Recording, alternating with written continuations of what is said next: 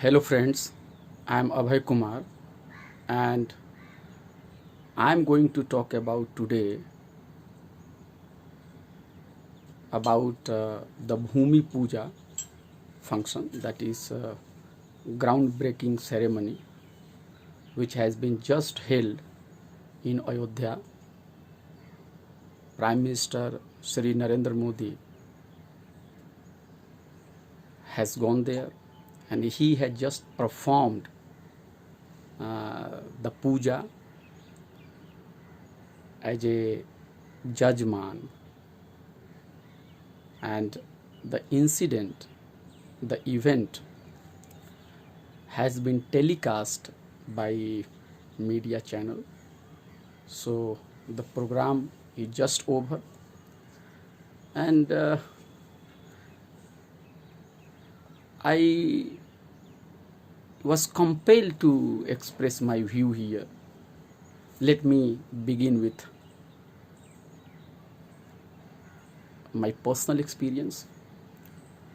A couple of hours back, a friend of mine who is working in Bangalore, he called me, he sent me message, and he said that All India Muslim Personal Law Board has yesterday released a statement, and it has said that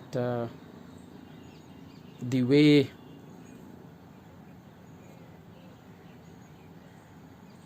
a mosque in Turkey has been restored, similarly Babri Masjid would be restored. So he was just trying to say that the statement of, in the perception of my friend, is some kind of a threat, and the threat is being given by Muslim Personal Law Board that when they will get power, they will restore the mosque. In fact, the statement of Muslim Personal Law Board was not threatening in any way. It had just said that it has not forgotten the injustice done to it, and the way masjid was restored in Turkey, something of this kind can happen in future, and that cannot be ruled out. Muslim Personal Law Board is an independent organization. I am not a member, I am not a spokesperson, so I do not defend everything that board has said, and I have said the same sentiment to my friend, that why are you asking that question? I am not a spokesperson. Then he insisted on pressing the same question. He said, you must answer it. Then I replied that you are considering the statement of Muslim Personal Law Board as the most important news, a great concern for the nation and for the Hindu community. But something much bigger and unfortunate things are going on. Why haven't you raised questions about that? For example, should the Prime Minister visit Ayodhya and perform puja to create that impression that he is the leader of a Hindu community? If the puja is performed by the trust, the members of the trust, it can be understood. But why the Prime Minister and the state machinery is involved there? Then he answered me that but the Prime Minister has also gone to a Sikh temple, Kartarpur. He gave the reference of Kartarpur. I said he might have visited there, but he has not laid the foundation of a Gurudwara. Why he is laying the foundation of a temple? But he was not interested in this question. He said, but you should answer why Muslim Personal Law Board has given that statement. I said, I am not a spokesperson of Muslim Personal Law Board.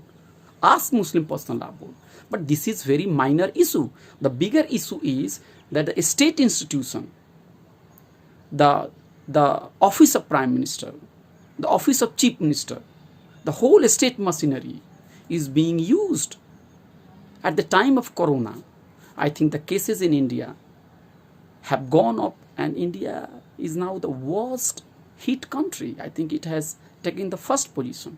Why shouldn't our energy go for building up, let's say, hospitals and improving our health infrastructure? Why Prime Minister is going there as a leader of Hindu? He said, but you have to tell me why Muslim Personal Law Board has said.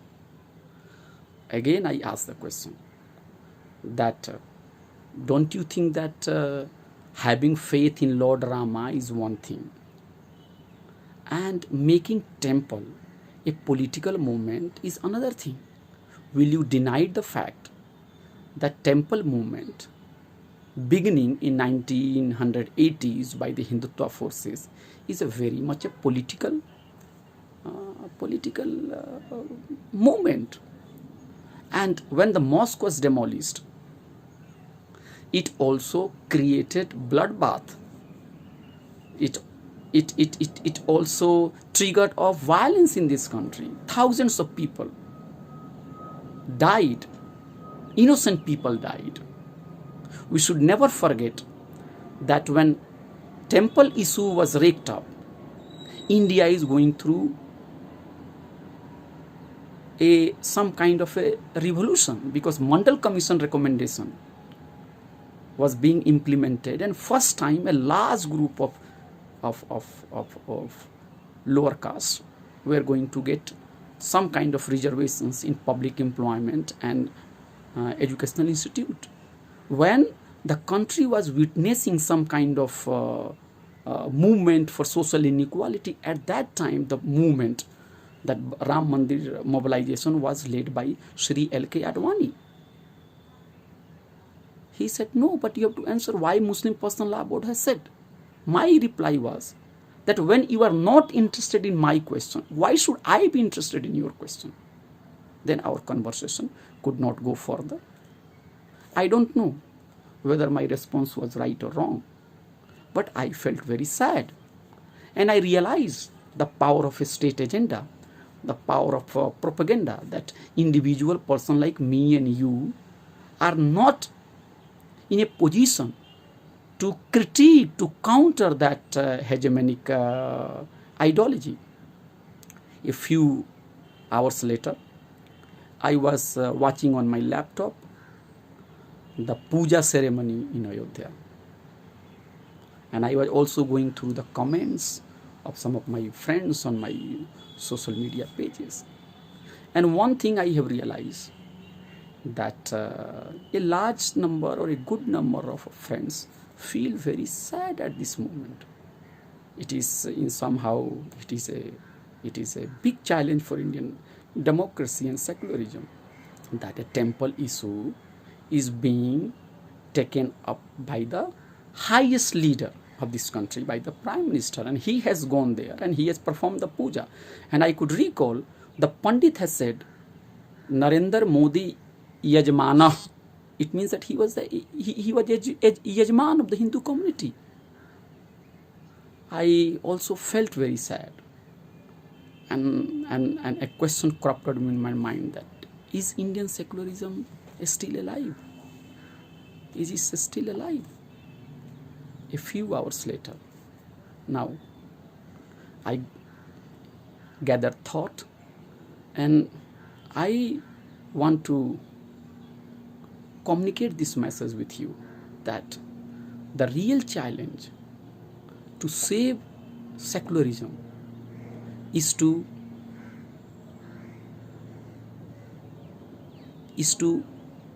keep our faith in secularism today. Secularism has not come from the sky. It has not been given to us as a gift. We have to fight for secularism. And secularism in India can be a subject of debate. A lot of academic debate has happened. But the one issue that cannot be denied by any right-thinking person is a state cannot get associated with a particular religion. Having respect for all religions is one thing, and associating with a particular religion by the minister, by the state, by the rulers is another thing. In 1950s, a similar situation arose. The Somnath temple was restored. The temple was said to have been destroyed by Ghazni in 11th century. And when India became independent, the Hindu right made it a point that let's restore that temple as a mark of restoration of Hindu pride.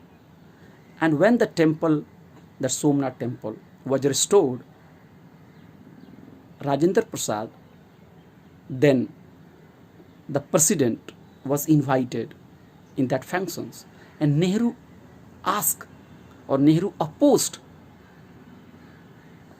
Rajendra Prasad, the president of India, and he said that you should not go there, because if you go there, the impression would be created that you are publicly associating with a particular religion, and the head of the state, the prime minister, the chief minister, the public officials must avoid.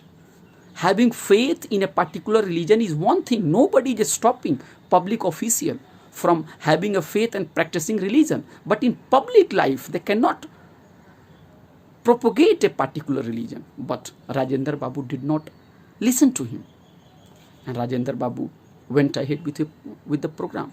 The same secular party which is critiquing Narendra Modi politically has even failed to understand, failed to take lessons from what Nehru has said. The leaders of the oldest party of India, many leaders from that organizations, prominent leaders, are also speaking the same language. I think from Madhya Pradesh, 11 bricks made of silver have been gifted, and even a top leader of the oldest party of this country in Uttar Pradesh had said that this Bhumi Puja is a symbol of national unity. I don't understand that in fact the leaders who claim that they are followers of Nehru, they are ready to accept, or they are ready to imbibe what Nehru has said 50 or 60 years back. The history of Ayodhya movement is very sad. We should not always blame the Hindutva forces for bringing the mosque down. We should never forget that at center, at that time in 1992, 6 December, a secular government was in power. And when temples, when Ram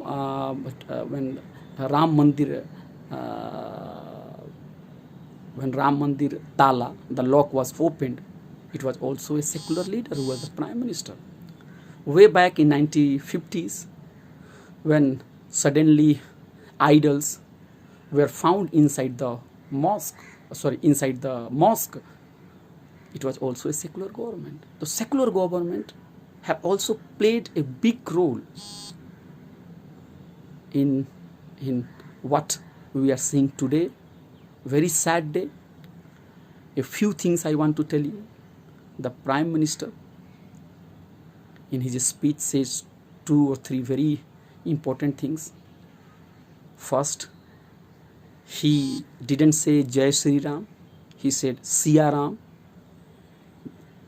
That means that he is now ready to appropriate the language of the liberals also. The liberals try to create a binary between Jai Sri Ram and Siya Ram. So he is smart enough to now say Jai Siya Ram. The second thing, he invoked Gandhi also.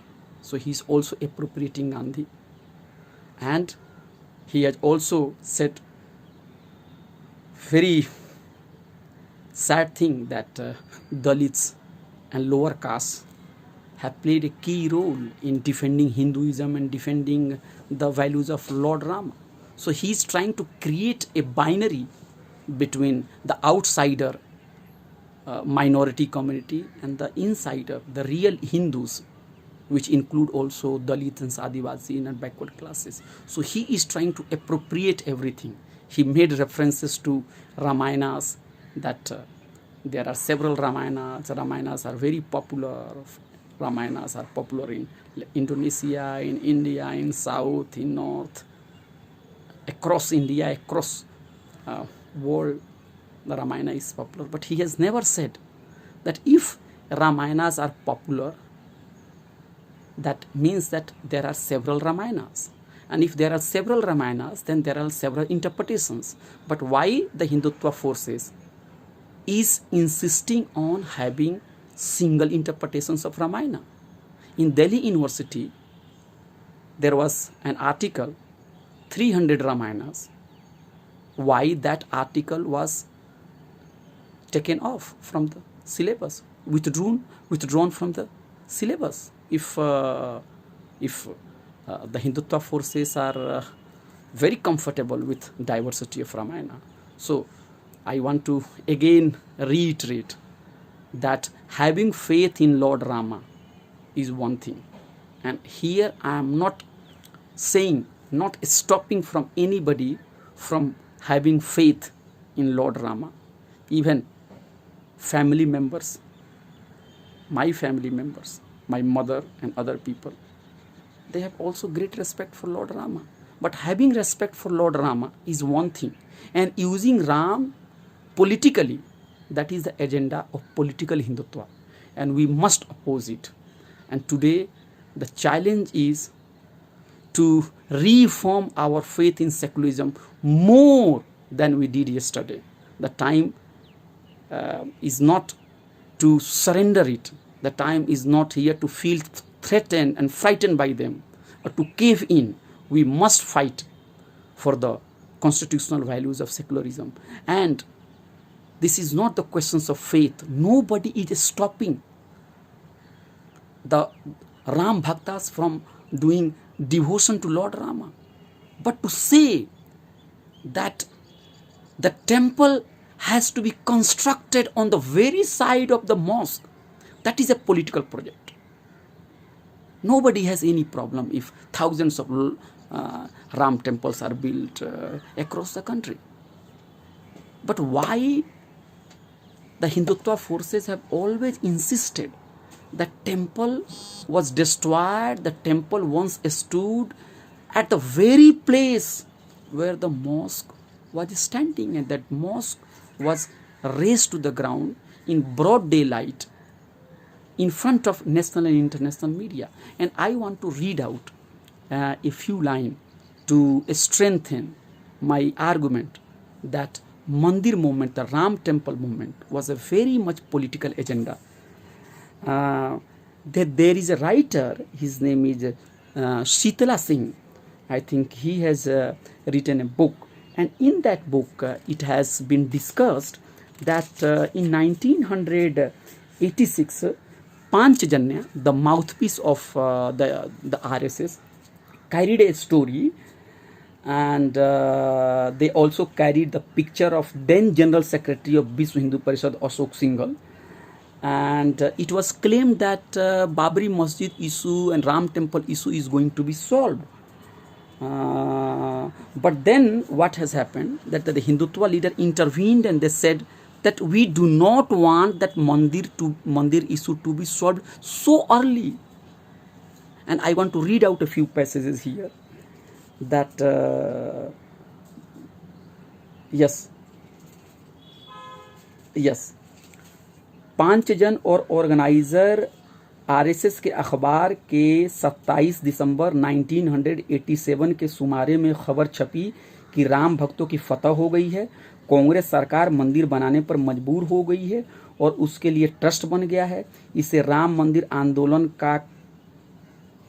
आंदोलन की कामयाबी बताया गया है। 5 जनवरी के सफ़े अव्वल पर विश्व हिंदू परिषद के जनरल सेक्रेटरी अशोक सिंघल की फोटो शाया की गई है। झुनझुनवाला ने बताया कि उस दिन दिल्ली में आरएसएस के हेडक्वार्टर केशव सदन झंडेवालान में एक मीटिंग हुई, जिसमें आरएसएस सरबराह बाला साहब देवरस भी मौजूद थे। उन्होंने सबसे पहले अशोक सिंघल को तलब करके पूछा कि तुम इतने पुराने स्वयंसेवक हो, तुमने इस मंसूबे की हिमायत कैसे कर दी। अशोक सिंघल ने कहा कि हमारा आंदोलन तो राम मंदिर के लिए ही था, अगर वह मंजूर होता है तो खैर मकदम करना ही चाहिए। इस पर देवरस जी उन पर बिफर गए और कहा कि तुम्हारी अकल घास चरने चली गई है। इस मुल्क में राम के 800 मंदिर मौजूद हैं, एक और बन जाए तो 801 होंगे। यह आंदोलन आवाम के दरमियान मकबूल हो रहा है, इसकी हिमायत बढ़ रही है, जिसकी बुनियाद पर हम सियासी तौर पर दिल्ली में हुकूमत बनाने की हालत तक पहुंचेंगे। तुमने इसका खैर मकदम करके हकीकत में आंदोलन की पीठ में खंजर घोंपा है। यह तजवीज़ मंजूर नहीं होगी। जब अशोक सिंघल ने उन्हें बताया कि इसमें तो मंदिर आंदोलन के वैद्यनाथ, जस्टिस देवकी नंदन अग्रवाल समेत मकामी और बाहर के कई लीडरान शामिल हैं, तो उन्होंने कहा कि इससे बाहर निकलो, क्योंकि यह हमारे मकासिद की तकमील में रुकावट बनेगी। ये किताब जो है, जहाँ से मैं इसको पढ़ रहा था, ये किताब मासूम मुरादाबादी साहब की एक किताब है, बाबरी मस्जिद आंखों देखा हाल, इसी में इस बात का जिक्र है। सो I was reading a few passages from a book published by Masoom Muradabadi. He is a well-known journalist. His book is titled Babri Masjid Aankhon Dekha Hai, the eyewitness account of Babri Masjid. In that book, this incident is written here, that Panchjanya carried a story way back in 1986 that Congress party has agreed for constructions of Ram temple, and Vishwa Hindu Parishad General Secretary, then Vishwa Hindu Parishad General Secretary Ashok Singhals picture was also published by the Panchjanya organization. That story was brought to then the RSS chief, and he called a meeting and he said, Ashok Singhal, that what are you going to do it? There are at least 800 temples, Ram temples in India, and if we get another temple in Ayodhya, it would be 801. But our purpose, the purpose of the Hindutva forces, is not to have just Ram temple. The main purpose is to get power in Delhi, to capture power in Delhi by invoking the image of Lord Rama. That time, the sentiment of people, the innocent people, was being exploited for this cause, and state machinery, propaganda was being used for that. So the book says again that Ram temple issue was a political movement, and everything today which is unfolding here is a political event. So we should not feel sad about it. The political fight must be answered with another political fight. So the way at the time of pandemic, when